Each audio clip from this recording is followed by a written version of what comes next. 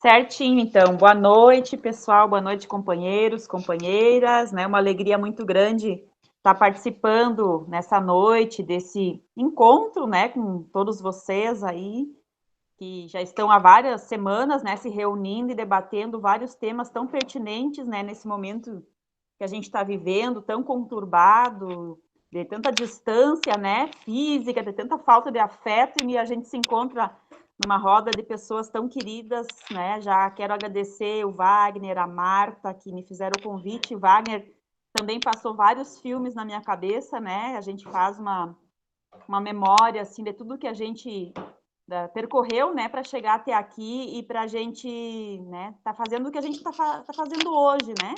Então, eu sou Rosiele Litke, eu sou uma camponesa, sou militante no movimento dos pequenos agricultores, né? Sou feirante, trabalho com plantas medicinais também, né? Além de alimentação saudável, as plantas alimentícias não convencionais. Então, a gente faz de tudo um pouco, né? Trabalha de forma coletiva aqui num grupo que se chama Florescer Agroecológico, aqui em Paraíso do Sul, e realiza as feiras, né, em Paraíso e em Santa Maria. E a minha trajetória, né, o Wagner já começou falando ali um pouco, né? Nós somos da igreja, né? A gente militou, eu pelo menos, tu também, né, Wagner? Antes de militar no movimento, a gente militou na Pastoral da Juventude Rural, que foi, assim, pelo menos para mim, foi o grande divisor de águas na minha vida, que no debate, onde eu me apaixonei de verdade pela agroecologia, né? Que era bem, assim, coincidiu bem quando também estava iniciando o debate dos transgênicos, né? Então a gente fazia todo um embate, né, um estudo dentro da Pastoral da Juventude Rural, de que o jovem da roça precisava pensar processos diferenciados para alternativos para viver com qualidade de vida no campo, né? Então eu militei na pastoral muitos anos, até o nascimento do João. O João fez 21 anos agora, né? Então, no ano 2000, quando o João nasceu, que eu parei de militar na Pastoral da Juventude Rural. E aí, depois disso, em 2013, eu tinha me separado e voltado a morar com os meus pais. E eu precisava de uma casa, né? Voltar a morar na casa do pai e da mãe com 2 filhos embaixo do braço não dava, né? Então, para me apresentar melhor, eu sou mãe e sou avó também. Tenho 2 filhos, o Gilberto e o João. E a Isabela, que tem 7 anos, minha netinha, né? Então, a gente divide a vida da gente nessa família, né? E o meu companheiro, então, hoje de vida é o Tuté, né? Que fazem 17 anos que estamos do lado a lado aí defendendo um projeto de vida mais ou menos parecido, né? Com esse que a gente vai apresentar aí hoje.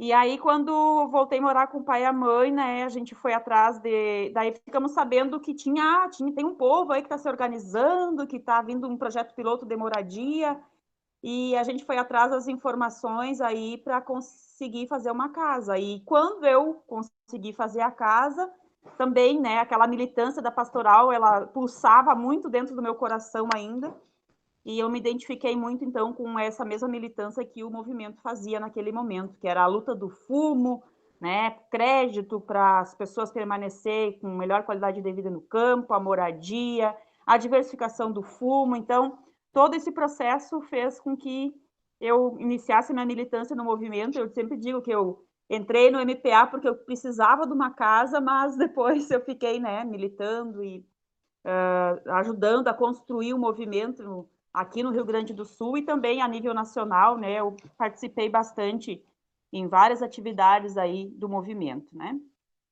Depois, em 2004, eu iniciei minha faculdade na UERGS, em Cachoeira do Sul, né, Marta? A primeira turma de tecnólogos em agropecuária da UERGS, Cachoeira do Sul.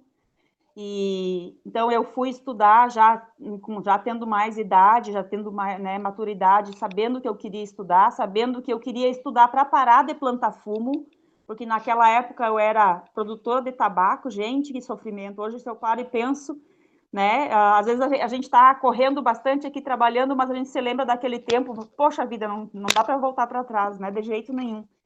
Então, a gente conseguiu fazer a conversão da produção do tabaco logo depois que saiu da faculdade da UERGS, em 2007. Fiz ainda um semestre pedagógico que me dava formação para mim poder dar aula, né? Então, eu fiz aquele semestre pedagógico. E em 2008 a gente então fez a conversão da nossa produção de tabaco para a produção de alimentos lá na propriedade do meu pai, na Mangueirinha. Eu falo desde Paraíso do Sul, né, o município que eu resido desde que eu nasci. E lá na Mangueirinha o pai tem 30 hectares de terra, só que a terra ela era uma terra muito estreita. Então, 100 metros de largura, dos dois lados tinha veneno, né? Dos dois lados tinha vizinhos que plantavam fumo. E a gente mesmo que parou de plantar fumo e fez a reconversão, começou a produzir alimentos para comercialização no PAA, né? Nós levávamos para Porto Alegre, para a região metropolitana, vários tipos de alimentos, né? Fazíamos também o PAA municipal aqui em Agudo e Paraíso, entregávamos alimentos para creche, para asilo, né? Então, a gente conseguiu fazer isso por vários anos até que foi terminada essa política pública, né, em 2014.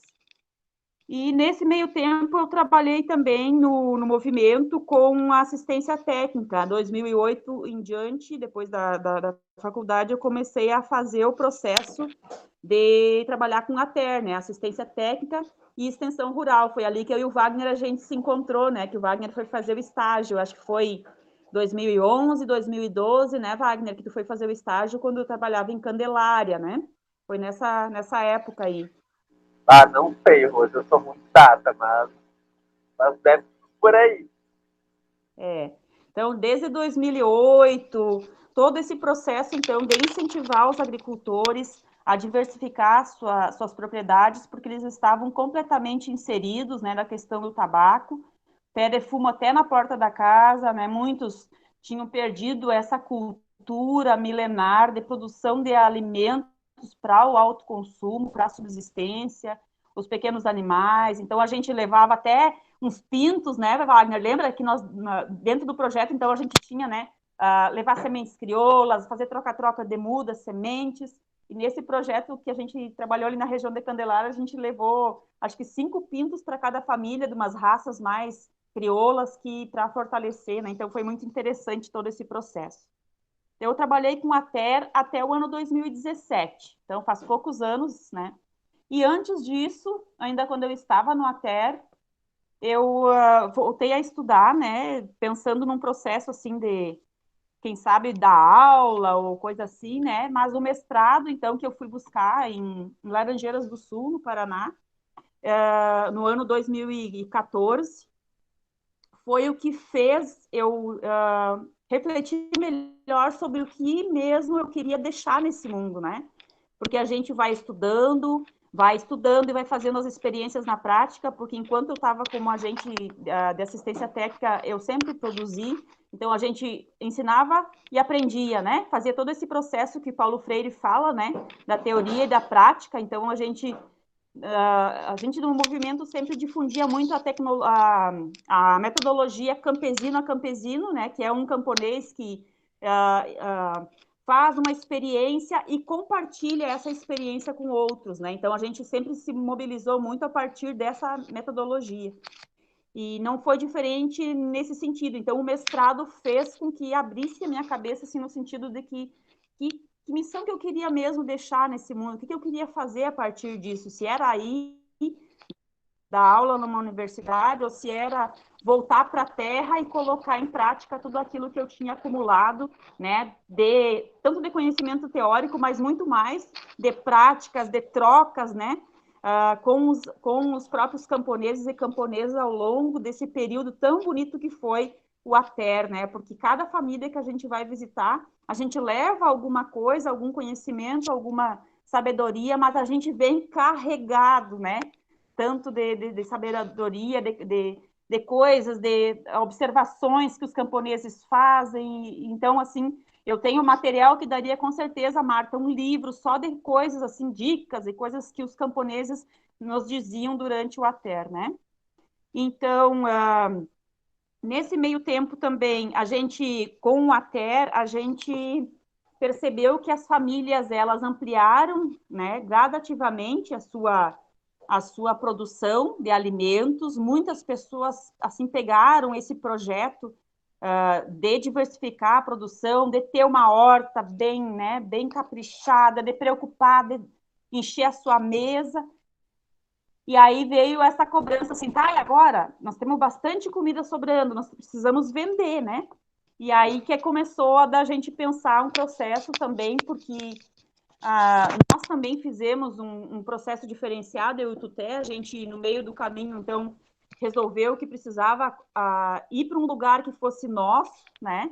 Que, como lá na terra do pai, a gente tinha muita dificuldade de produzir por conta da vizinhança, e isso é muito melindroso, a gente brigar com o vizinho que passa veneno, que o veneno não tem barreira física, não tem, né? Ele faz, deriva, então é muito difícil também a gente, né, comprar essa briga com o vizinho, que é aquele que te socorre quando tu precisa, né? E aí a gente resolveu procurar uma terra e hoje a gente vive, então, no Recanto Fonte da Vida, que é 3 quilômetros da cidade de Paraíso do Sul, na linha da fonte, e já tem, né, toda uma barreira vegetal, são 25 hectares, que tem 20 de mato, a gente tem pouca terra para produzir mesmo, aberta, né, a gente... E aqui, nesse Recanto Fonte da Vida, que a gente, então, colocou em prática, logo depois do mestrado também. Então, essas experiências todas que a gente acumulou e que vem aprendendo e resgatando, né? Porque a agroecologia que a gente defende, né, Wagner e Marta, ela não é só um conjunto de técnicas e práticas, né? Mas ela também é um resgate dessa sabedoria milenar, ancestral, dos povos, né? Quando eu falo povos, eu quero falar de todos os povos, né?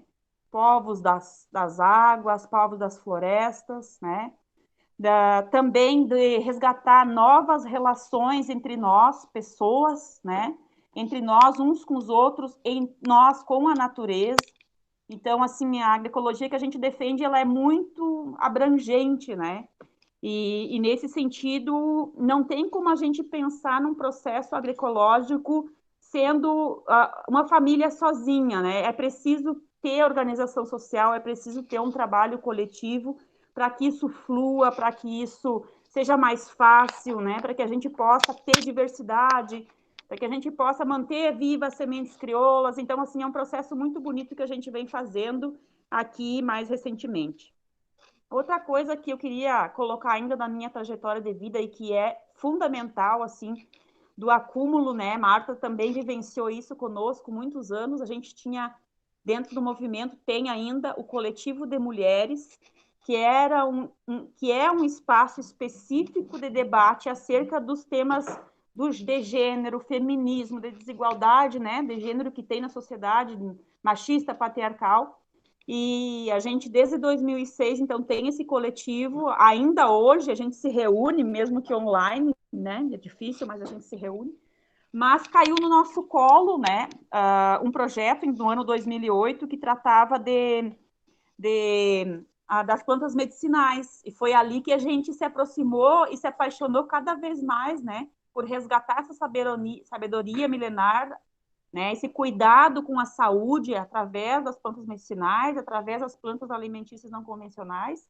E esse trabalho com as plantas medicinais se tornou um fator mobilizador para ampliar e fortalecer a participação das mulheres no nosso movimento, inclusive, porque a gente tentava debater esses temas difíceis, né?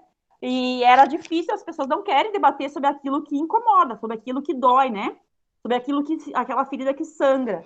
Então, a gente, através do trabalho com os chás, com os relógios, né, Wagner? Quanto relógio a gente construiu, e espiral de ervas, né?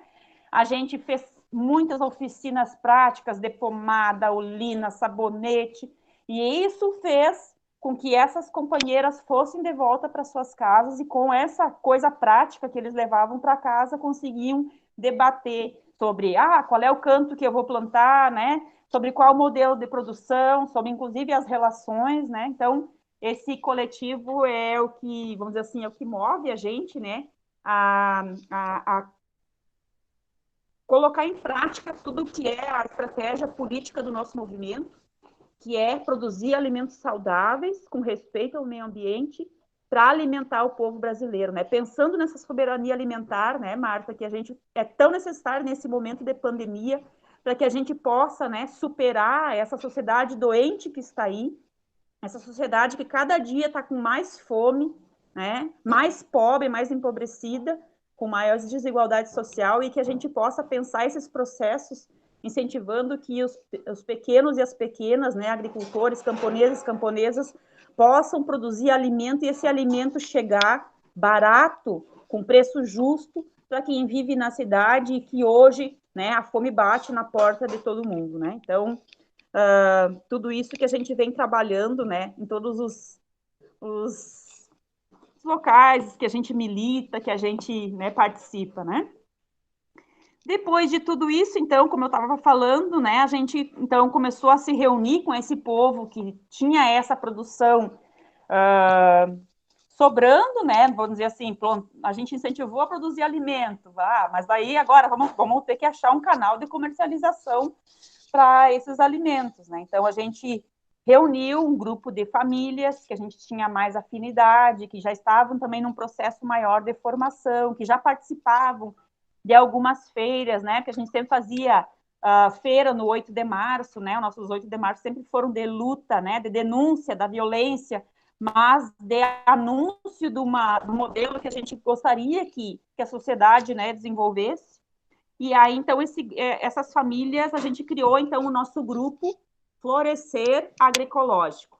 O nome, flor e ser, é decomposto. São 3 palavras, né? Que o ser humano floresça, né? Então, o florescer humano junto com essa agroecologia, né? Que é esse jeito de viver, esse jeito de se relacionar, esse jeito de resgatar a sabedoria, esse jeito de cuidar a terra, esse jeito de produzir alimento e não mercadoria, né? Então, o Florescer Agroecológico, a gente iniciou ele em agosto de 2017, já oscilou assim de 5 a 8 famílias, hoje a gente tem 8 famílias no nosso grupo, já criamos até já transformamos ele numa associação, né? E a gente iniciou o processo de fazer, então, junto com a criação do grupo, a certificação da produção agroecológica, né? Que a gente tem que entrar como certificação orgânica, né? Não existe certificação agroecológica, né? Então, junto quando a gente criou o grupo, a gente já começou o processo de certificação. A gente teve muito apoio aqui em Paraíso, da Emater também, do próprio movimento dos pequenos agricultores, que deu todo o incentivo. E o prefeito municipal estava recém-eleito aquele ano, quando ele ficou sabendo que a gente estava se organizando para ir comercializar em Santa Maria, ele nos chamou para fazer uma reunião e vamos dizer assim, sugeriu que a gente começasse uma feira em Paraíso também. Então, a gente iniciou a feira em Santa Maria, na Feira da Primavera daquele ano, que era dia 9 de setembro, e dia 20 de outubro a gente já iniciou a feira em Paraíso do Sul. Então, assim, foi uma alegria muito grande, uma coisa que a gente não esperava, porque é poucos prefeitos que têm consciência, né, da importância de ter uma feira, e mais ainda porque daí a gente disse, prefeito, nós estamos iniciando um processo de certificação, e que tal Paraíso ser o único, talvez, município no Brasil que só tem a feira agroecológica, né? Né? Então, daí a gente desafiou ele também e foi, né? Então, a gente já está fazendo agora 4 anos, né, no nosso grupo, e ontem ainda a gente teve, né, encontro, quem me acompanha nas redes sociais, a gente tenta postar, né, o Wagner estava dizendo que eu posto muita coisa, mas é isso, né, gente? A gente tem que comunicar o que é bom, o que é bonito, né? Porque de ruim tem que chega, né?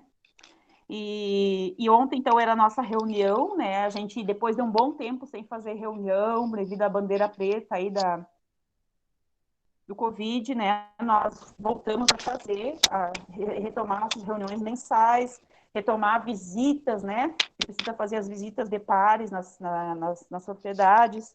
Estamos bem felizes porque porque nós temos 8 famílias, 4 com certificado orgânico, e agora estamos incluindo mais uma família que está produzindo morango e tomate, que é a minha primeira vizinha aqui debaixo, a Tati. Estamos incluindo ela também no processo de certificação, né? Então, é muito interessante todo esse processo. né? A gente vai lá na propriedade, visita a propriedade um dos outros e já, aqui tu pode plantar tal coisa, já começa a sugerir, aqui tu pode fazer isso, né? Ela tinha uma plantação de nozes lá, e aí tava no mato, né, Wagner? A gente que faz agroecologia sabe que não é nada limpo, né? A gente olha para aquilo, é feio, né? Porque a gente está acostumado com uma plantação tudo limpa, e daí chega numa lavoura agroecológica, tem mato, tem, né? E ela, porque eu vou ter que, né? Eu digo, não, Tati, deixa isso aí, a gente só roça, né? Já aduba, já passa uma adubação verde ali, semeia, e ela fez direitinho tudo que a gente indicou na visita que foi em maio lá, sabe? Assim, a gente vê que quando, é porque ela vê que a gente faz também, né? Então, quanto que isso, vamos dizer assim, cativa mais, porque já vê que já tem alguém fazendo, né? Então, como é que a gente produz, né, os nossos alimentos, né? A gente tenta observar ao máximo a natureza, né? A gente faz, desde o diagnóstico da nossa terra, ele é feito de forma diferente do que na agricultura convencional. A agricultura convencional, se não tiver uma análise de solo, química, física, sei lá, né? Não consegue nem saber quanto de adubo, quanto de calcário e coisa que tem que colocar. E a gente utiliza muito essa metodologia de olhar qual as plantas que nascem espontâneas, né? De cavocar lá, ver se o solo está compactado, né? Então, todas as plantas que nascem, elas trazem uma mensagem para nós, né? Elas são indicadoras de como que essa terra tá. Porque a terra, nossa mãe, né? Ela tem uma capacidade muito grande de se, vamos dizer assim, de se recuperar, né? Isso se chama resiliência. Ela tem uma capacidade muito grande de se recuperar de todo o impacto que a gente, né, nós humanos causamos, né? E ela faz nascer justamente aquilo que ela está precisando para se recuperar. Então, nessa observação que a gente então faz o nosso diagnóstico e nasceu tal coisa. Aqui em casa agora, para vocês terem uma ideia, fazem 4 anos que a gente está cultivando ao redor da casa, onde é a horta, e no início não tinha tiririca. E agora apareceu tiririca. E a tiririca, ela indica deficiência de cálcio no solo. E ela justamente apareceu quando a gente teve condições de colocar calcário. Antes a gente não tinha colocado calcário. Então, indica que ainda está precisando colocar um pouquinho mais de cálcio no solo, né? Então, assim, são essas observações e na agricultura convencional se tenta matar esses insos, né, chamado de inso. E a gente não, a gente utiliza eles ao nosso favor, né? Inclusive eu arranco a tiririca e utilizo ela para cobrir o solo. Então, né, são jeitos de lidar com a terra diferentes que na agroecologia nada é inimigo, né? Uma coisa complementa a outra, né? Então a gente observa muito essa coisa, observa muito a natureza, observa muito os ciclos, né, também. A gente sabe que agora no inverno é momento de a gente se recolher um pouco mais, né? É momento de não fazer muitos planejamentos, né? Ficar mais recolhidinho. Inclusive as plantas na agroecologia, elas são mais miúdas. Não tem uma alface bonita, uma couve grande, um brócolis esplendoroso, sabe? É diferente. As pessoas que entendem isso, entendem que, por exemplo, nós não vamos ter um produto muito bonito agora, né? Então, para nós que estamos nesse processo da agroecologia, sempre que na primavera e no outono a gente tem mais facilidade de produzir alimentos mais, vamos dizer assim, visualmente bonitos, né? Então, a gente utiliza muito as sementes crioulas, para vocês terem uma ideia. Nós aqui em casa devemos ter mais de 100 variedades de sementes crioulas. Nós fizemos um experimento com o pessoal do Instituto Federal Farroupilha, professor Aquiles, que foi uma aproximação também, né, com a história da feira, com 27 variedades de feijão. Então, a gente está com um banco de sementes muito grande. Outra família, então, que faz parte do nosso grupo, a família Ruff, né, que é ali no Quilombo, o Felipe Ruff, que a maioria do pessoal conhece, né, um dos guardiões também do grupo Gaia, da UERGS, ele e a Julie, ele tem mais de 200 variedades de semente, então a gente está criando, inclusive, nesse momento, um banco de sementes aqui em Paraíso do Sul, lá na propriedade dele, né, uma casa de sementes crioulas, né, tem um projeto que a Julie está trabalhando, que é com a Embrapa, e a cooperativa do MPA, COPSAT, E a Júlia, então, nessa assistência técnica e junto com esse projeto da UERGS, então, constituíram essa Casa de Sementes Crioulas que está em fase aí da implantação. Né? Então, as sementes crioulas têm essa beleza, né, de que ela tem a capacidade muito grande de se adaptar às condições de solo. Então, para a gente que está num processo de recuperação de solo, né, de cuidar dessa terra de um jeito diferente, é fundamental que a gente tenha acesso às sementes crioulas, né? Porque a semente híbrida ou transgênica, ou essa semente que tem à disposição da agropecuária, ela vem condicionada a um pacote químico. E como a gente não utiliza nada químico, né, externo da propriedade, a gente então tem dificuldade de produzir se não for com sementes crioulas, porque dá diferença na produção.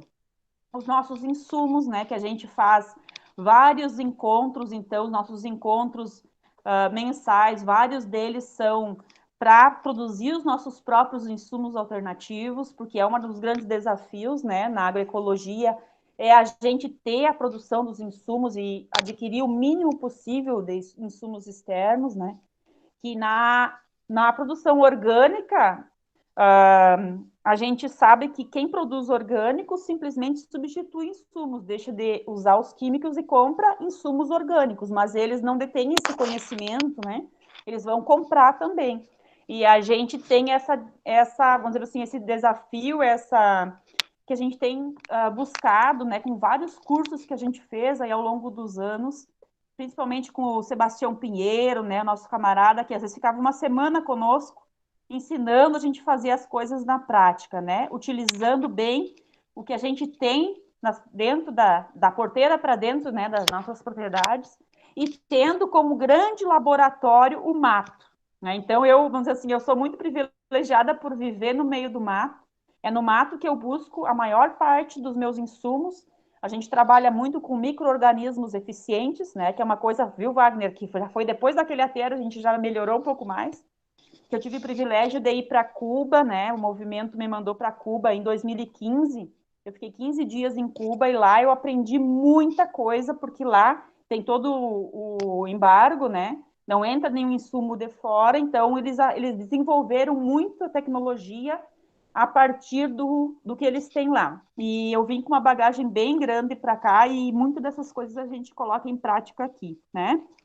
E utiliza muito essa metodologia que é cubana, né? Do campesino a campesino, o camponês que faz a sua experiência, então ele partilha com o outro, levando em conta o seguinte fato, que na agroecologia não tem receita de bolo, a experiência que eu faço aqui pode fazer igual em outro lugar e pode dar errado, tem muito erro, muito acerto, muita experimentação, mas tem muito, muito aprendizado em tudo isso, né? E isso que é a riqueza, né? E a gente está sempre aprendendo, todo dia a gente está aprendendo. E uma das coisas que eu queria colocar, que a gente leva muito em conta na agroecologia, é outra observação que a gente faz. Ataque de insetos, de doenças na agroecologia, para a gente também são indicadores que a gente precisa agir na causa e não no efeito. Né? Vamos pensar, comparar isso com uma dor de cabeça. Se a gente está com dor de cabeça, a gente vai lá na farmácia, compra uma aspirina, toma aspirina, vai curar a causa, o efeito, na verdade, e não a causa. Né? Quem pode ter causado a dor de cabeça? É um problema no fígado? É um estresse? É uma noite que não dormiu bem? Né? Então, na agroecologia, a gente tenta agir no que causou aquele problema. Então, quando tem ataque de insetos e doenças, é um indicador para nós que nós precisamos ainda melhorar o quê? A nossa terra, o nosso solo, né? Levando em conta que o solo é um sistema vivo, né?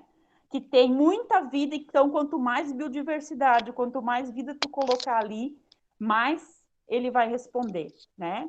Se a gente consegue fazer esse processo de auxiliar a terra, né? Gerando essa vida com esses micro-organismos, com a palha, com o esterco, com uma matéria orgânica, com uma série de técnicas e práticas que vão auxiliar a melhorar essa vida no solo, com certeza a terra vai dar essa resposta e aos poucos a gente vai criando um ambiente mais equilibrado. E isso tem a ver com uma teoria muito utilizada, que se chama teoria da trofobiose. Como é que a gente explica a teoria da trofobiose? As plantas, quando elas crescem em equilíbrio, elas formam aminoácidos. Vamos comparar os aminoácidos a um tijolo. A gente vai construir uma parede firme, dura, que não quebra. Isso é a proteína. Os aminoácidos se ligam rapidamente, né? E vão formar aquela parede dura que é a proteína. E os insetos e as doenças não conseguem degradar a proteína. Então, se a planta está crescendo com equilíbrio, ela vai formar aminoácidos, eles rapidamente vão se ligar, vai formar proteína, vai ter ataque de insetos e de doenças.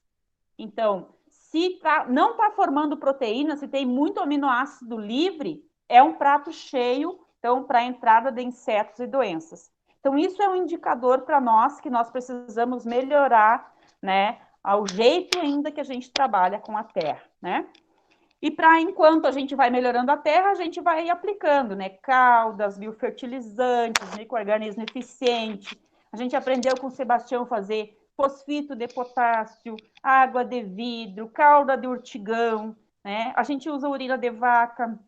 Algumas coisas que a gente tem usado que não tem na propriedade, né? O silicato de potássio, que é uma rocha moída e que ajuda a criar uma camada de proteção nas plantas. Quando está muito severo o ataque aqui, a gente tem usado Balvéria e Bacillus thuringiensis, né?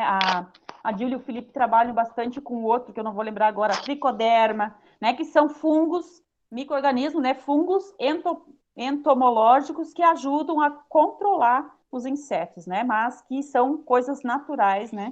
Que a gente tem como multiplicar eles, inclusive, nas nossas próprias propriedades. E como é que a gente sabe se a teoria da trofobiose está dando certo no alimento que a gente está comendo? Como é que vocês que vão comprar um alimento sabem que esse alimento cresceu com equilíbrio, tá?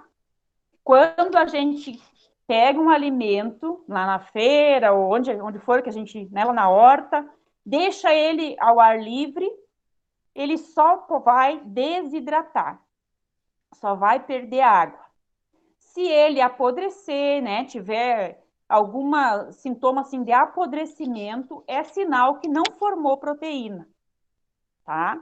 Se formou proteína, só perde água. Então, a gente vê muito, assim, nós aqui produzimos muita abóbora, como a gente planta na beira do mato, então imagina o equilíbrio que tem no beira do mato, né, gente? A abóbora vai virar um porongo, ela vai desidratar, vai virar um porongo, né? Isso a gente vê muito aqui. E esse é o sinal, o grande sinal para nós que naquele ambiente lá estava o equilíbrio, né? Então, eu costumo muito, assim, quando a gente volta da feira, se sobrou alguma coisa, bota num saquinho, bota na geladeira para ver quantos dias, quanto tempo de prateleira que tem esse alimento. Esse é um sinal, né, se esse alimento cresceu formando proteína ou não, tá? Então, gente, as nossas feiras, né? Não sei se eu estou indo muito rápido, vocês têm que me dizer também. As nossas feiras, né? Nós temos, então, a feira aqui em Paraíso do Sul. Como é que a gente organizou o nosso grupo, né? Antes da pandemia, tinha uma organização que cada semana ia uma família diferente cuidar da feira. Então, a gente, na reunião, fazia o planejamento da produção, fazia a avaliação, né? Planejava o que ia plantar, cada um e tal. E daí já fazia uma escala de trabalho. Então, a produção é cada um na sua propriedade, mas a comercialização é de maneira coletiva. Então, tanto na feira em Paraíso como lá no Feirão Colonial em Santa Maria, né, que são os dois espaços que a gente comercializa, era engraçado que as pessoas vinham, mas não era tu que estava aqui nesse sábado passado, agora é outra pessoa, como é que é isso? Mas não é aquele mesmo grupo, né? Digo, porque nós somos o único grupo lá na feira em Santa Maria que fazia esse trabalho de rodízio, né? Então, cada semana ia uma família e tal. E depois da pandemia que a gente teve que se adequar um pouco, porque a maioria das famílias do nosso grupo tinha alguma vulnerabilidade, né? Então a gente daí tá indo mais eu e o Tuté, e às vezes agora que o pessoal está vacinado, tá indo outras pessoas. Mas a gente então se organiza para na Feira de Paraíso, na sexta-feira, a gente leva os nossos produtos e já combina o que vai levar no sábado, quem vai ir, né? E reúne tudo na sexta-feira, né? Coloca num carro, num veículo que faz a logística, que é coletivo também, e aí vai para Santa Maria com esses alimentos, né? Que a gente tem a alegria, né, de levar, que são os mesmos que a gente tem na nossa mesa, né? Que a gente chama que as feiras nossas são a extensão da nossa mesa, né? Que é tudo que a gente tem em casa, que a gente consome, a gente leva na feira. E em Santa Maria, lá, o espaço é no Feirão Colonial, né? Ligado ao projeto Esperança com a Esperança, onde acontece a Feira da Economia Solidária, que anualmente também tinha aquela Feira Internacional do Cooperativismo, que ano passado ela já ocorreu de forma online, esse ano acho que também vai ser de forma online, né? Que tem como grande protagonista a irmã Lourdes Gil, né? Que está sempre lá fazendo movimentação, né? Então é um projeto muito grande que não é só de comercialização, mas de muito relacionamento, de muita a gente na feira aprende muito, né? Os consumidores vêm e dizem, ensinam e cobram né? Tem toda uma, vamos dizer assim, a gente cria uma relação de confiança, né? Com a gente nem chama de consumidor, com os nossos amigos que vão na feira lá, né? Fazer essa troca com a gente, né? E a gente, nesse meio tempo também, e a pandemia foi um processo que acelerou, a gente criou um grupo de consumidores que se chama Comunidade que Sustenta a Agricultura.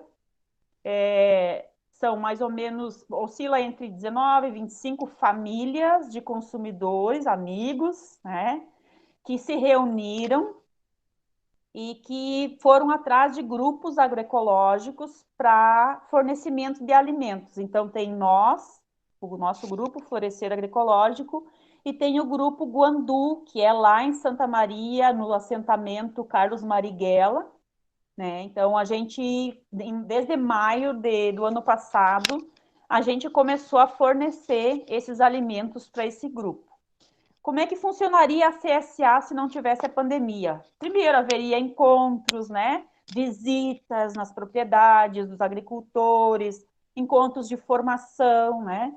E com a pandemia só houve encontros online, então, assim, uma das coisas que a gente tem notado muito, assim, que é o resgate desses valores, né, de confiança que se estabeleceram conosco depois da pandemia, assim, né? Então, essa CSA Florescer Guandu, ela, né, ela é um exemplo assim de aproximação entre consumidores e agricultores, camponeses, grupos organizados, essa é a diferença, agroecológicos, né, que produzem alimento e que, né, fornecem então esse alimento para o povo da cidade, né? Então, tem toda uma auto-organização da CSA também, que cada semana uma dessas famílias, que são os chamados de coagricultores, eles buscam os alimentos lá no assentamento, que deve dar uns 10 quilômetros lá do espaço do feirão, trazem até o feirão, onde nós já, então, levamos os nossos, né, para a feira, então, a gente leva para essas famílias, e eles organizam a logística de distribuição desses alimentos lá. Né? Então, a gente só leva nas caixas, não precisa se preocupar com embalagem, com sacola, então tem toda uma auto-organização deles. Eles, no início do mês, já depositam antecipado o valor, então, assim, para a gente é uma facilidade que a gente pode se programar, né? Tipo, esse mês eu vou plantar tantos alimentos já que é para CSA, né? Então já vai vendida aquelas caixas de alimentos, né? Na feira é uma coisa assim muito, a feira é muito, ela oscila muito, né? Tem vezes que a gente vende tudo, tem vezes que a gente volta com algumas coisas que são in natura, que a gente precisa daí beneficiar ou fazer doações. A gente tem feito muita doação nesse período, né? Então a CSA dá essa garantia assim para a gente, né? Outra que também é um dinheiro que todo mês a gente conta, né? Inclusive, no primeiro ano foi feito um processo de financiamento, né? Então, eles dão tem um valor que é fixo por mês e um valor a mais que é para incentivar os grupos em alguma coisa que os grupos estejam precisando. Então, no caso, o Grupo Guandu precisava um freezer para congelar a mandioca e usou, então, desse recurso durante 10 meses para pagar esse freezer, né? Então, e garantir que tivesse mandioca cozinhando bem durante um grande período, né? Então, é um processo muito bonito que está se construindo, né? E que, vamos dizer assim, a pandemia forçou, ou, vamos dizer assim, acelerou a construção por conta disso, das pessoas estarem querendo, né, se aproximar de quem produz, se aproximar de quem produz alimentos saudáveis, né, e garantir, né, essa saúde que entra pela boca. Outro processo que a gente também tem feito é, toda semana, enviar a nossa lista, né, de alimentos, isso dá um pouquinho de trabalho, né? Então, na quarta-feira, eu primeiro organizo aqui do grupo nosso, o que a gente vai ter disponível de alimentos essa semana, envio, né, as listas para os consumidores, e daí é um envio via WhatsApp individual, isso dá bastante trabalho, né? O pessoal não gosta de grupo, né? Ninguém gosta mais de grupo, ninguém aguenta mais tanto grupo de WhatsApp. Então, a gente manda essa lista e o pessoal retorna o pedido na quinta-feira para que a gente possa ter tempo de organizar tudo direitinho. E no sábado, eu mesma tenho ficado pouco na feira, então o Tutec fica mais lá na feira e eu tenho ido fazer entregas do domicílio, né? Agora tem diminuído um pouco mais, mas assim, durante o auge da pandemia, tinha muita entrega a domicílio, né? Agora parece que as pessoas já estão mais relaxadas, né? Mais tranquilas, estão indo mais na feira, então diminuiu um pouco o número de cestas entregue a domicílio, mas é um processo muito interessante também, né? Vamos dizer assim, que criou a partir da pandemia, né? Eu acho que, não sei o que mais que eu poderia falar. Então, a gente está... Vocês têm perguntas ou coisa assim? Não sei se era isso, Wagner, fique à vontade. Eu negócio, acredito que eu estou aqui polvorosa já, né? Consegue me escutar? Sim, agora mais sim. devagar. Uhum. O que acontece? Falou de coisas aí, fazia muito tempo que a gente não conversava, né? Tem muita novidade acontecendo. Mas uma das coisas que a gente conversou também, desde me convidar para vir falar disso, que eu acho que o universo construiu um caminho muito sincrônico nesses 4 encontros, né? E assim, as falas foram se complementando, né? E a tua trouxe assim, aquele quê de alguém que está produzindo, está realmente, né, dando conta das coisas, né, morando na roça. E aí, o que eu queria que conversasse com a gente, né? Fagner, bota o microfone mais perto, tá bem difícil de entender isso. E agora? Uhum. Eu gostaria de que falasse para a gente quais são as suas principais dificuldades de fazer feira. Até porque, para a gente saber, para a gente poder valorizar, né, Rony? Daqui a pouco mais o pessoal tá em casa e tem a possibilidade de ir na feira, seus queridinhos. Estão indo no mercado. Então vamos ouvir, vamos ver se muito de atitude. Tá? Olha, boa pergunta tua. Eu vou te dizer, começa pelo planejamento, né? Um grupo de famílias, imagina, né? Que, vamos dizer assim, se desafia a se reunir para fazer um processo coletivo e não dar briga, vamos dizer assim, né? Quem vai levar o quê? Nós, graças a Deus, assim, a gente nunca teve problema de sobrar alimentos, sempre falta, né? Mas começa por isso, pelo planejamento. É uma coisa que a gente nunca fez, né, Wagner? Então, a gente aprendeu fazendo, né? E deu muito certo, assim. Eu acredito muito que tem uma força superior no universo, né? Uns chamam de Deus, né? Que aproxima, né, as pessoas e, tipo assim, cada família tem uma afinidade de produção, né? Nós temos desde arroz, feijão, verduras, tubérculos, punk, fitoterápicos, tudo, né? E assim, cada família tem eu gosto de produzir isso, lá na minha terra dá certo isso, e isso fechou com uma luva, assim, não tem dado muito trabalho nesse sentido, né? Mas no início a gente quebrou bastante cabeça pensando, e no final o negócio fluiu assim meio que no automático. Juntar tudo isso, né?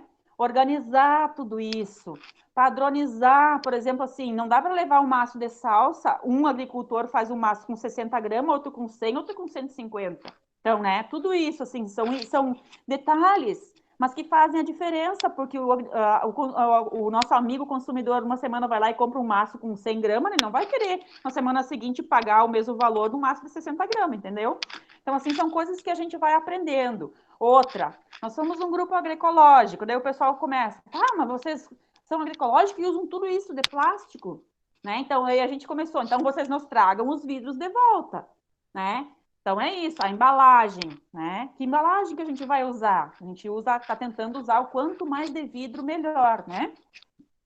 E é tudo isso, a burocracia lá, a questão da contabilidade, de aprender como que faz. Tem depósito, tem Pix, tem maquininha, né? Tem gente que fica devendo de uma semana para outra. Então, assim, a gente vai lá bater o escanteio no canto e vai lá na goleira cabecear para dentro do gol, a gente fazer tudo. No MPA a gente dizia que troca o pneu com o carro andando, né? Então, assim, é um aprendizado diário, sabe? É muito bonito, é muito desafiador. A gente, às vezes, esquece de colocar um item na sacola, a gente espera ganhar um xingão e, na verdade, a gente ganha um agradecimento. Capaz, né? Isso é coisa que acontece, a gente também esquece. Então, assim, tem muita coisa bonita. Para te ter uma ideia, Wagner, a gente organiza assim, ó, em torno de 60 a 80 itens semanais. Se está chovendo, se tem solão, né? Não, o pessoal não quer saber, a gente tem que colher, né? É uma das grandes dificuldades, assim, é o clima, né? Agora no inverno é bastante frio para lavar tudo, né? Deixar tudo limpinho, tudo bonitinho para levar para a feira. No verão tem que ir muito cedo, senão o sol já murcha tudo, né? Tem toda essa questão de organizar bem no carro para que chegue lá também bonito, não aconteça nenhum acidente no caminho, de estragar, né? Então, tem muita coisa desafiadora, que eu não chamo mais de dificuldade, mas que a gente tem contornado bem, assim, sabe? E tem recebido muita ajuda. Porque, como eu disse, assim, essa relação diferenciada que a gente estabelece com o nosso amigo consumidor, eles nos auxiliam muito, sabe, em dizer assim, aqui vocês poderiam fazer assim, a gente usa sacola retornável, sabe, tudo por incentivo deles, né? Então, tem uma série de coisas que são muito bonitas, assim, né? Uma das coisas que eu esqueci de falar, além dos alimentos, né, e que tem sido muito legal, assim, é essa experiência, e eu e tu fizemos muito isso nos cursos lá do ATER, que é os fitoterápicos. Lembra do xarope do umbigo da bananeira? O fortificante do umbigo da bananeira. E aí eu andei fazendo umas palestras ali na Câmara de Vereadores, há uns anos atrás, e ficou gravado na TV, e muita gente me procurou pedindo, e várias pessoas utilizam e não estão usando mais a bombinha da asma por conta de usar o fortificante da bananeira. E agora, na pandemia, ainda mais, né? Então, assim, o que a gente tem feito de fitoterápico, a gente não tem conseguido dar conta de fazer muito, tem auxiliado muito o pessoal em manter uma boa saúde, sabe? Isso, assim, é uma coisa muito linda da feira, porque as pessoas vão lá e querem, eu quero um chá para tal coisa, eu quero saber o que eu posso fazer para tal coisa, né? Então, nós que somos meios bruxinhos, né? Parece que as pessoas vêm e procuram mesmo, né? Então, é muito bonito tudo isso. O famoso xarope, meu Deus, não aguento. Eu quero saber desse xarope, eu vou olhar esse vídeo, porque todo mundo já falou desse xarope. Esse xarope... Deixa eu mostrar aqui, só um pouquinho. Mostra, vai lá. Aqui tá já no processo de... Tô coando ele, ó. É muito fácil de fazer, né? Tem um umbigo ali, vou pegar. Vai falando, Wagner. Sabe esse xarope foi uma coisa que eu já conhecia, né, lá da minha ancestralidade, mas eu fui resgatar isso, sabe onde, gente? Dentro da Pastoral da Saúde. Verdade. Foi lá na Pastoral da Saúde. Eu até levava nos cursos aqueles livros da Pastoral junto, né? E aí, claro, né, que tinham outros caminhos também, né? Mas eu acho que tem uma feira com esse olhar, sabe? É muito massa. E eu acho que assim, é isso aí, Rose, sabe? Eu queria mesmo era te pedir para falar das dificuldades, porque quando a gente eu acho que tem momentos que a gente tem que olhar para tudo que é positivo, para a gente fortalecer o que é positivo, né? Mas tem vezes que a gente tem que olhar para os perrengues para a gente também fortalecer, entendeu? Porque senão não vai. Eu cheguei a essa conclusão, assim, a gente às vezes chega na feira, vê a pessoa ali vendendo, né, bem feliz as coisas, e aí a gente não vê que, tipo, a pessoa tem que acordar cedo, muitas vezes tem que colher cedo um outro dia antes, né, fazer massa, colocar não sei o que, arrumar, e aí ainda ir vender, né, é isso, né, teve que aprender a fazer toda a cadeia de produção ali, né. E eu imagino que deve ser bem desafiador, assim, ainda bem que vocês estão conseguindo lidar com as tecnologias, né, de pagamento, né, porque aqui na feira que eu vou, só Pix e ainda é muito difícil, né, só fazer pagamento. Então acaba que para pessoas, porque hoje, querendo ou não, essa maneira de pagamento ficou muito acessível, né, poucos estão conseguindo acessar tudo isso, né. E o que eu disse, assim, né, a feira é um negócio muito dinâmico, né, a gente não, tipo, essa semana nós vamos ter 60 pés de alface, a gente não sabe se vai vender tudo, né, tem semana que vende tudo, tem semana que sobra. O que a gente vai fazer com a sobra? Alface não é uma coisa que dura, né, então a gente, agora, né, a gente tem feito doações, né, mas o que dá para a gente aproveitar, então a gente tem o antes, o durante e o depois da feira, quando volta para casa, ainda tem que processar, né? Muita coisa que sobra. Então, a gente tem, nesse momento, agora a gente tem, inclusive, assim, decidido doar por conta da gente acordar muito cedo, né? A gente acorda aqui 3 horas da manhã, porque a gente embala a mandioca toda ela de madrugada, né? Eu e o Tuté, a gente leva a mandioca, então, sábado passado, a gente embalou 34 quilos de mandioca de madrugada, para sair às 4, né? Às 5 horas a gente chega lá, né? Então, agora no inverno, nossos amigos consumidores chegam um pouquinho mais tarde, né? Mas no verão, 5 horas já é dia, né? Então o povo já está chegando, tu está montando a banca e o povo está chegando, e já estão querendo brigar pelas coisas que tem. Então, é uma coisa muito bonita, assim, né? Então, quem vai na feira, assim, precisa enxergar, né, esse lado, assim, da pessoa que está ali, né? Às vezes tu tá meio desanimado, meio cansado, a gente toma chimarrão, né, para levantar, para dar um up, né? E vai indo, né? Vai indo. A feira, eu acho muito legal, assim, mesmo que a gente está cansado, é um momento, assim, de muita elevação da autoestima, porque a gente está num momento de isolamento, né? As pessoas voltaram aí na feira, né? Com cuidado e tudo. E agora eu estou percebendo assim que elas também voltaram aí para a feira e querem aquele momentinho de conversar, de trocar ideia, porque lá era um espaço assim, ó, muito de pessoas de idade, pessoas mais idosas, passar a manhã lá. Vão lá fazer um lanchinho, vão lá conversar com o vizinho, né? Lá na nossa banca tinha vários que vinham lá, sentavam, tomavam chimarrão junto com nós. Isso tudo terminou, né? Então, assim, agora parece que já tem, assim, essa volta, assim, de ficar um pouco mais tempo, porque no início da pandemia o pessoal entrava correndo tudo, pegava o que precisava e saía correndo, né? E agora já está mais calmo, isso tudo, assim, está passando um pouco mais essa fase, assim, mais crítica, né? E é isso, a feira é isso, é um momento de encontro, é um momento de partilha, né? Não é só ir lá comprar, né? E eu sempre ressalto, assim, né? Nós não produzimos mercadoria, nós produzimos alimento. E é o que está ali perto. Se não fosse, lamento. Se era de longe que viesse, é lamento. Então, assim, A feira proporciona que a gente consiga comprar o alimento, que é o que está perto da nossa casa, né?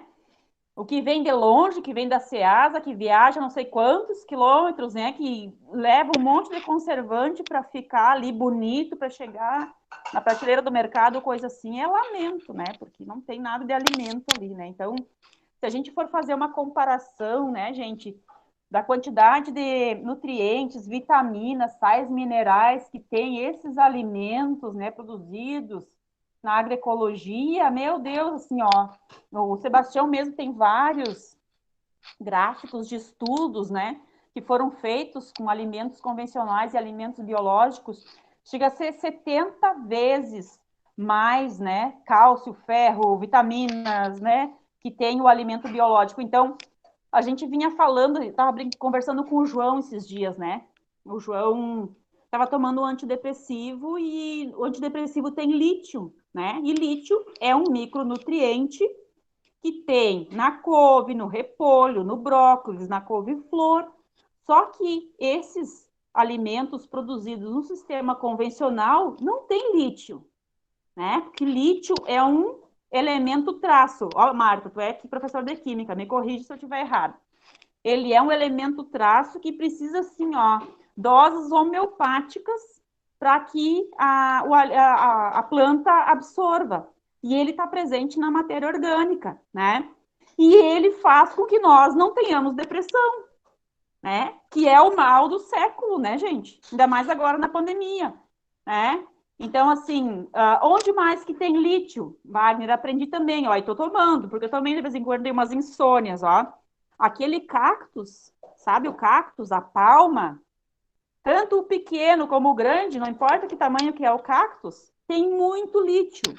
Inclusive, se a gente for olhar assim, ó, se tu soltar uma vaca no inverno, ela vai reto comer, porque tem muito lítio e é um mineral essencial para a nossa formação do corpo, né?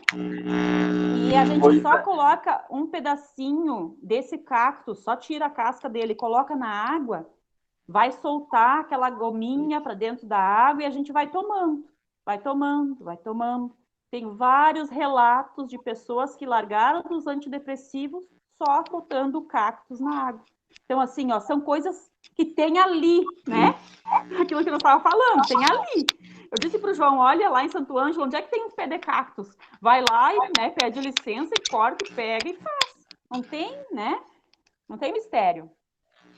Tu sabe, Rose, que eu tô aqui polvorosa, né? Porque esses encontros estão sendo muito sincrônicos. Porque no primeiro encontro nós falamos de produção de plantas medicinais, foi eu e punks também, né, em pequenos espaços, e aí umas pinceladas de algumas coisas. Né? E um dos agricultores que está fazendo a formação, ele falou dessa importância do cacto também, né, Marta? Seu Tadeu, ele tá aí. E aí, gente, agora veio, matou a cobra, botou um pau. Foi. Eu só não vou pegar o meu copo que tá ali na pia agora com o meu demolho. Rosiele, deixa eu só para não perder, tem uma colocação aqui no chat. E o pessoal também pode levantar a mão se quiser abrir o microfone e tal. Aqui ele fala da portaria 52 de 2021 do mapa. Eu não conheço, eu abri, ela é desse ano, mas tem a ver com alguma coisa relacionada aos insumos, aos produtos que podem ser usados em produção agroecológica. Então, ele quer saber se alguém sabe sobre isso. Isso é uma luta, né? Porque, na verdade, assim, ó, estão querendo passar boiada, continuam querendo passar boiada em tudo, né? Nesse país. E essa portaria está flexibilizando alguns insumos na produção orgânica, tá? Alguns insumos que antes eram proibidos. Então, nós estamos numa briga muito grande, né? Inclusive, isso é muito grave, sabe? Tentar que o grande agronegócio se, de novo, né, coloque a mão nesse nicho, né, de mercado, porque a produção orgânica hoje é um nicho de mercado que não é para pobre, né? O pobre não consegue comprar orgânico lá no mercado.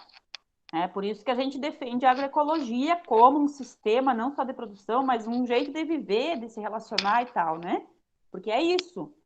A agroecologia tem toda essa questão, né, dos princípios, né? Questão política de emancipação política das pessoas, da questão social de se preocupar com quem vai adquirir esses alimentos, da função social, né, da terra, de que esse alimento chegue lá quem tem que se alimentar.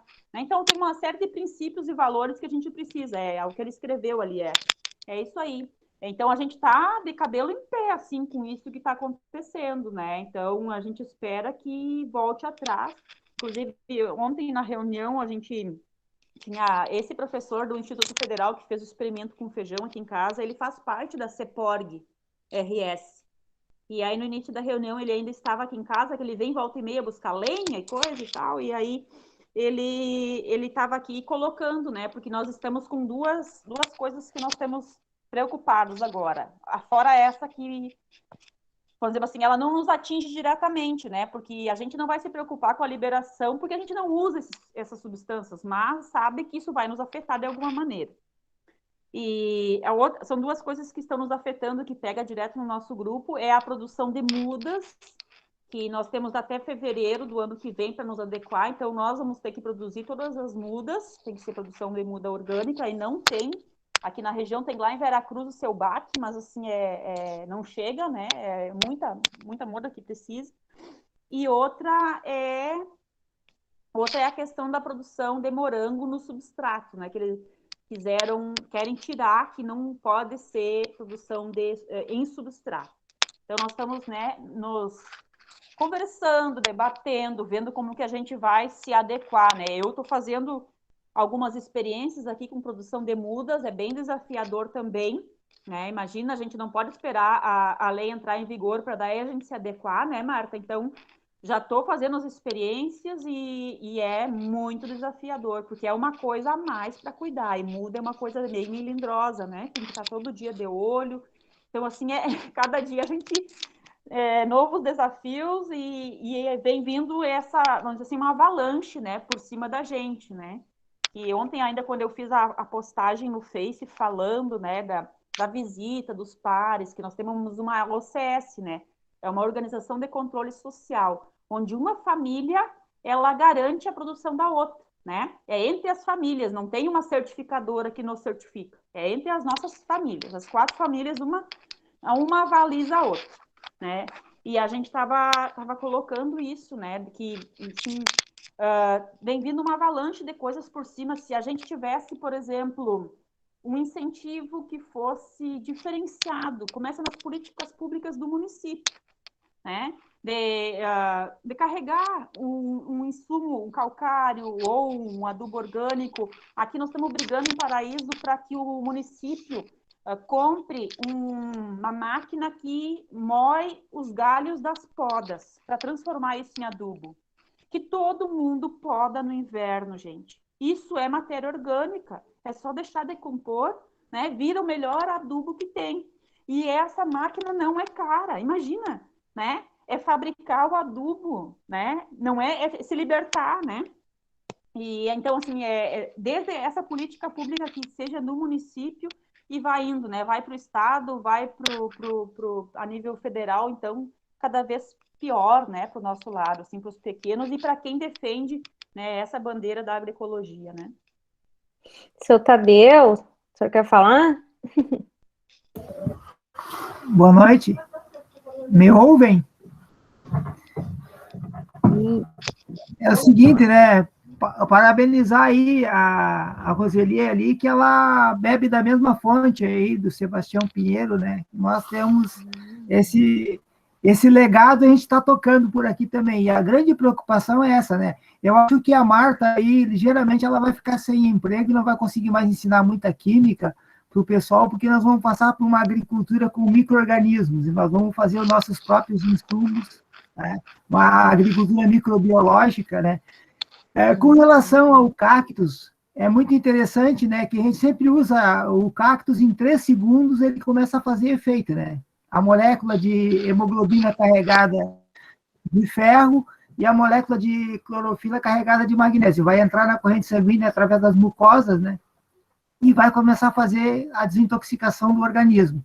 Então, a gente querendo acertar biofertilizante, tem que colocar cactos. Não adianta, né? E eu acho que os cientistas devem ter tirado, né, a bateria do celular, eles devem ter copiado de um pé de cactus, né? Porque ele só faz a baixa fotossíntese porque ele tem muito lítio, né? Então, a forma de armazenar energia, que todo celular, as baterias são lítio, né? Então, devem ter copiado de um pé de cactus aí que ele faz a fotossíntese só lá pelas 4 horas da manhã, senão ele explode.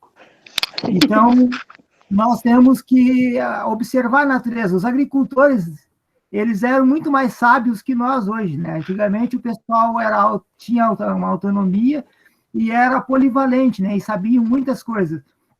Uma coisa que me preocupa, Roseli, com relação à questão dessa desmineralização dos alimentos que nós estamos sofrendo hoje, que não tem mais esse conhecimento, estamos desgastando o nosso solo, estamos acabando com tudo.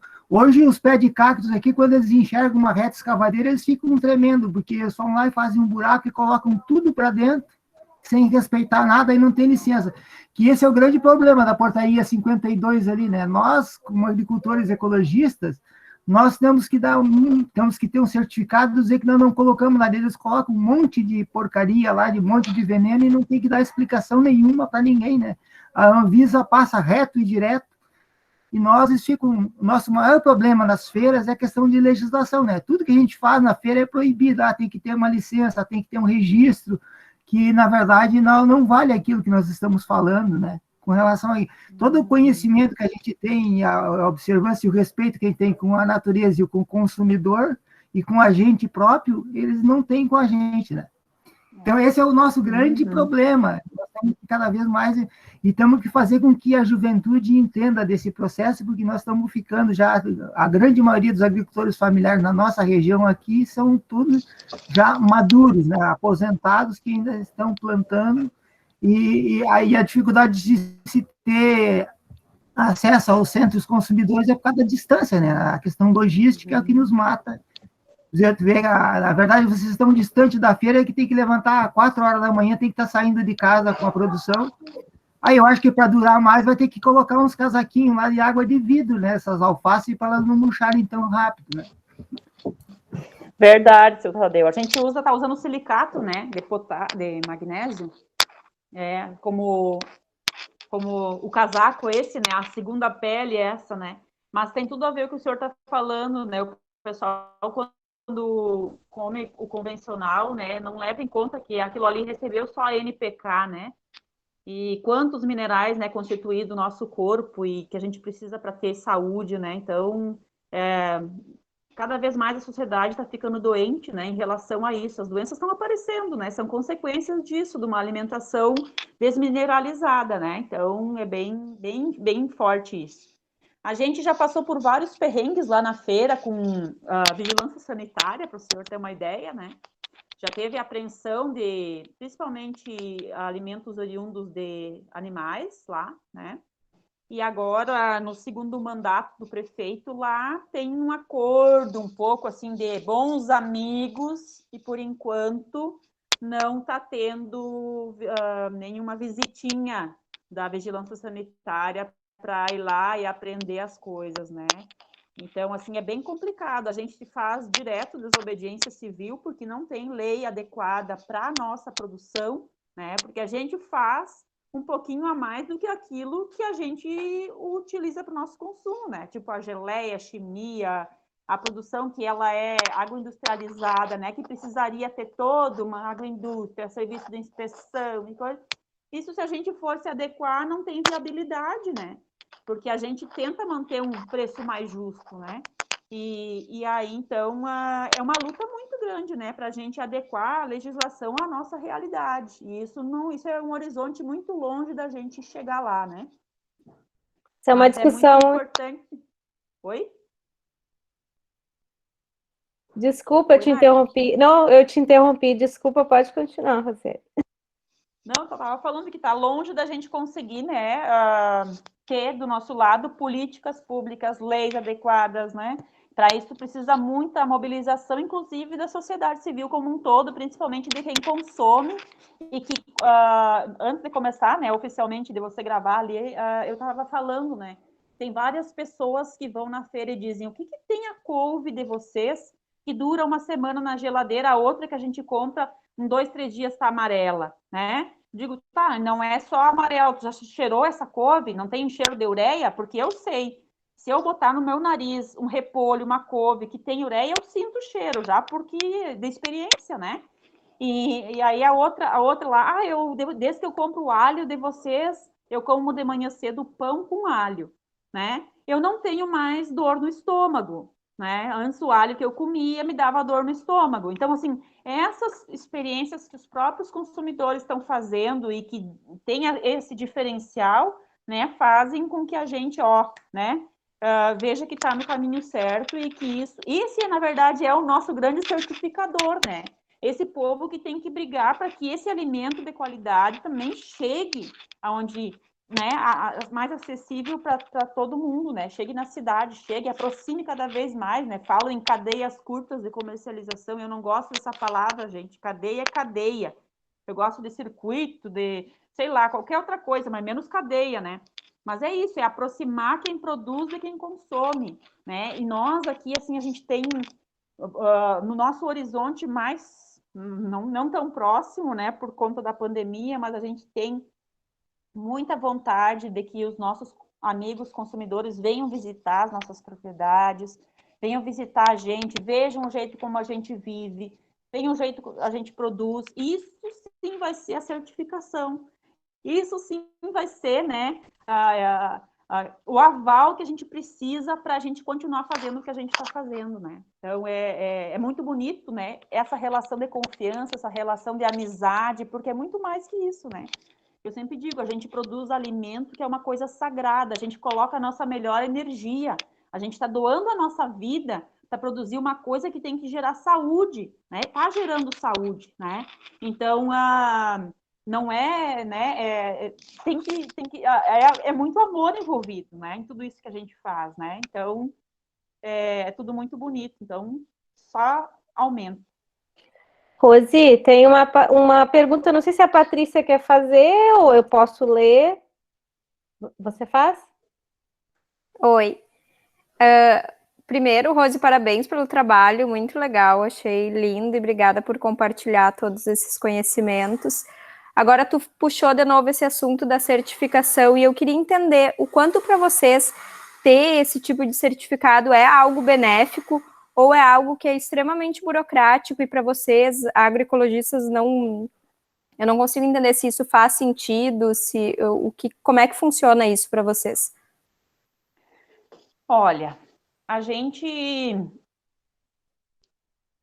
se desafiou a fazer o processo de certificação no início, porque a gente queria muito, assim, né? Hoje a gente já não tem tanto a gente que duvida da gente, sabe? Mas no início a gente sofreu muito, porque lá no espaço da feira tem muitas, não sei se você conhece, são 4 pavilhões grandes, então em cada pavilhão eram, antes da pandemia, 40 feirantes, e hoje a única certificada somos nós, para te ter uma ideia, né? Então isso faz a diferença, sim. No momento faz, né? E se não fosse certificado, acho que a gente também não teria conseguido se inserir na CSA, né? Que é esse grupo de consumidores. E é uma exigência que seja certificado, né? Mas nós iniciamos, então, quando nós iniciamos o grupo em 2017, no final de 2017, a gente já iniciou todo o processo. Para ter uma ideia, a gente conseguiu a certificação em março de 2020. Faz um ano. Traz uma água para mim, tu tem. E aí, porque no primeiro ano a Emater acompanhou todas as famílias. Tu tem, por favor. Me engasguei, gente.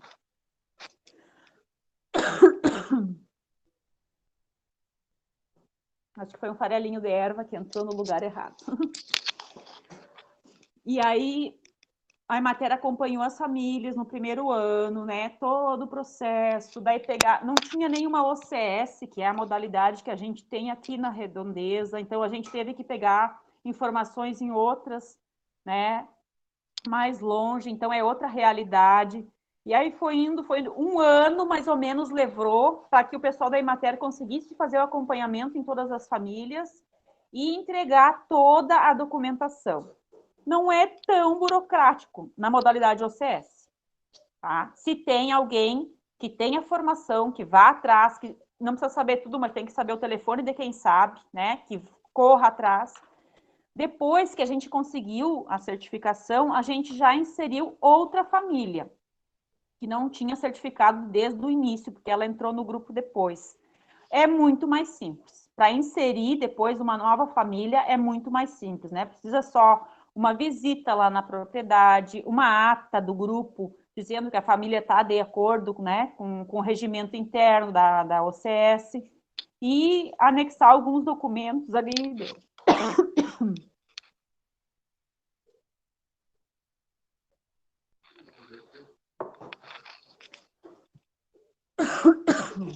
É isso. E esse processo todo, ele tem um custo para vocês, para o agricultor? Nessa modalidade, não. A gente, na verdade, não ganha o certificado de produtos orgânicos. É garantia de qualidade orgânica, se chama, né? E como cada família, uma família avaliza a outra, então não tem custo. A gente também recebe vistoria de uma equipe do MAPA, que ainda não ocorreu devido à pandemia, né?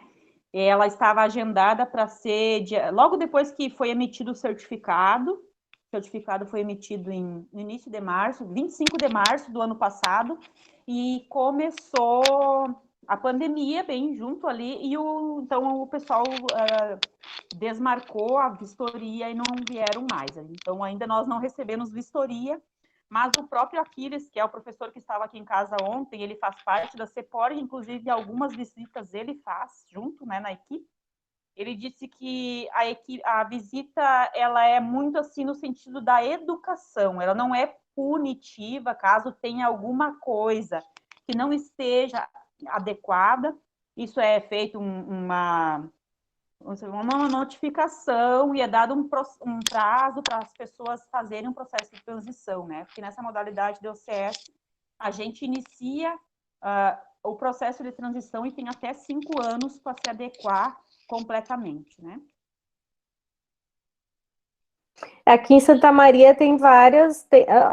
A gente tá com uma feira na esquina de casa, viu, Rosiele? E aí, para eu ir para o centro, para eu ir para Santa Maria, porque eu moro em Camobi, não sei se vocês conhecem Santa Maria, né? Camobi é um bairro de Santa Maria, mas é um bairro com mais de 20 mil pessoas. E tem tudo, todos os serviços. Tem aeroporto aqui, tá?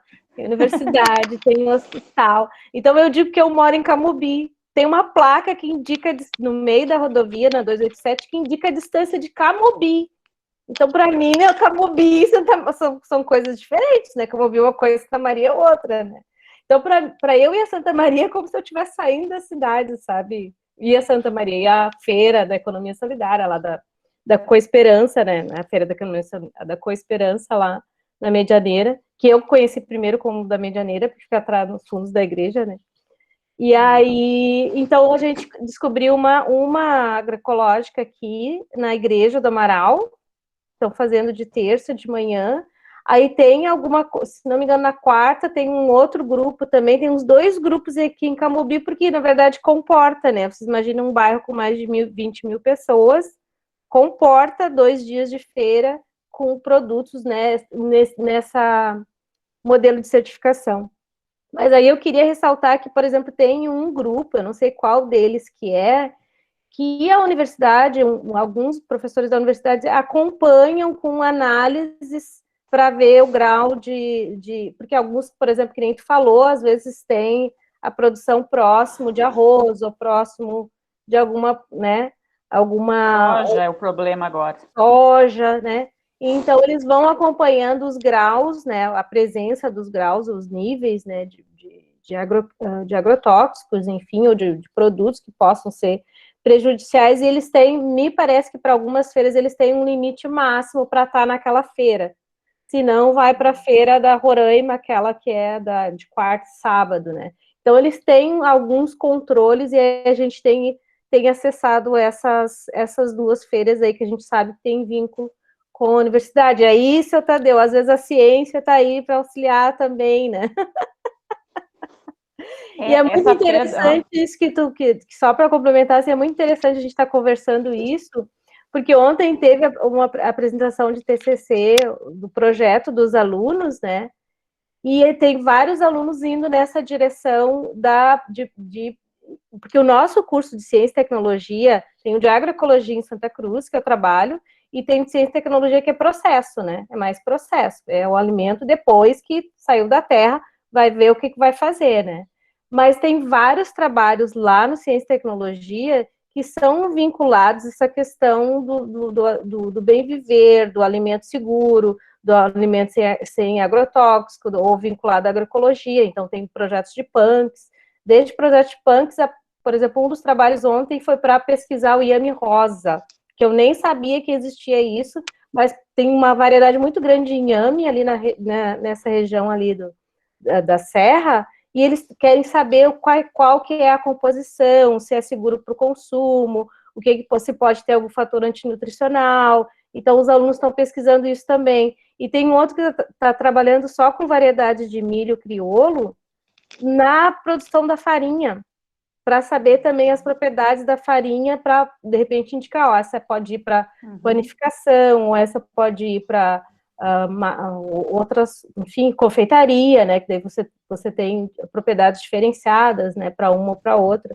Então, é bem interessante isso, que mesmo dentro, como que esse movimento do entorno aí está respingando dentro da universidade. E eu acho que essa parceria, eu tô falando dos locais onde eu circulo no movimento popular, então foi onde eu conheci a Rose e o Wagner, por exemplo, eu estou dentro da universidade, então onde eu vejo a Raquel, que deu a palestra, onde eu vejo os pesquisadores que a Rosiele falou. Então, eu acho muito importante essa união de força, essa associação, para tu realmente pensar numa sociedade melhor. Com certeza. Esse povo que está fazendo feira na Igreja do Amaral, nas quartas de manhã, fazia dentro da universidade, e depois, quando começou a pandemia, parou, né, porque não tinha mais aula e tal, então eles mudaram, mas ficaram um bom tempo sem fazer feira, e depois eles reativaram daí ali no espaço da Igreja do Amaral, né. Tava falando de inhame, eu faço pão com inhame, né, com fermentação natural, e é uma coisa bem interessante, porque eu uso o inhame do banhado, e tem mais de 15 variedades, né, de inhame, nesse inhame do banhado, e tem alguns que dão alergia nas pessoas, né, inclusive porque como a gente come todo dia, tem vezes que começa a dar aquela ardência na garganta, assim, pelo efeito recorrente, né, então é uma coisa bem interessante esse estudo, Marta, depois me manda, eu quero né, saber. Mas eu queria complementar uma das coisas, assim, bem não só pelo processo da gente ser certificado, né, mas uma das coisas que desde antes da gente ser certificado, a gente conversou muito no nosso grupo, é a história da gente só comercializar alimentos do nosso grupo. Porque quando começou o processo da feira e tal, várias pessoas vêm procurar a gente. E como vocês já disseram antes, né, Marta? O povo está acostumado com fumo, que tem toda uma facilidade, né, entre aspas, escondida, de receber tudo em casa, né? Recebe os insumos em casa, recebe assistência técnica, depois vem o caminhoneiro, busca o fumo. Então, assim, o pessoal aprende a produzir outras coisas, mas tem uma dificuldade muito grande de comercializar. Então, assim, nós somos procurados pelo menos uma vez por semana por gente querendo que a gente venda alguma coisa, né? Claro que, devido à certificação, isso não é permitido, mas antes disso, a gente já debateu muito no nosso grupo e disse, olha, nós não vamos comercializar alimentos que não sejam da produção das nossas famílias, porque não vai colaborar para que se criem outros grupos, né? Porque uma coisa a gente tem que deixar bem claro, se a Rosiele e Tuté pegassem o seu carro, pegassem a sua produção, colocassem no seu carro e fossem para Santa Maria só com a sua produção, talvez daria viabilidade, né? Aqui são 75 quilômetros de Santa Maria e tal, mas o grupo juntando toda essa alimentação dá outra banca, outra quantidade de alimentos, outra visibilidade, né? Dá outra questão de organização, de questão coletiva, né? Então, a gente, por esse princípio, a gente, né, decidiu que não ia pegar alimentos de ninguém e forçar que se criassem outros grupos, outros processos coletivos, até para que a gente garantir a procedência do alimento que a gente leva, né? Mas, principalmente por garantir também que houvessem outros debates e que fomentassem o surgimento de grupos novos, né?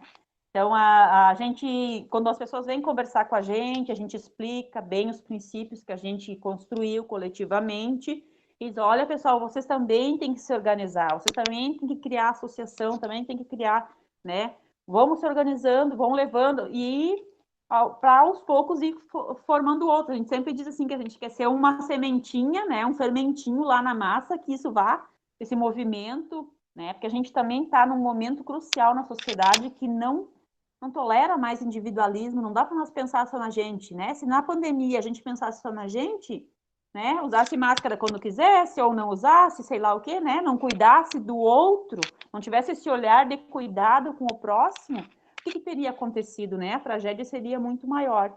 Então, a gente precisa pensar, sim, em processos coletivos de trabalho, de comercialização, né? De romper com essa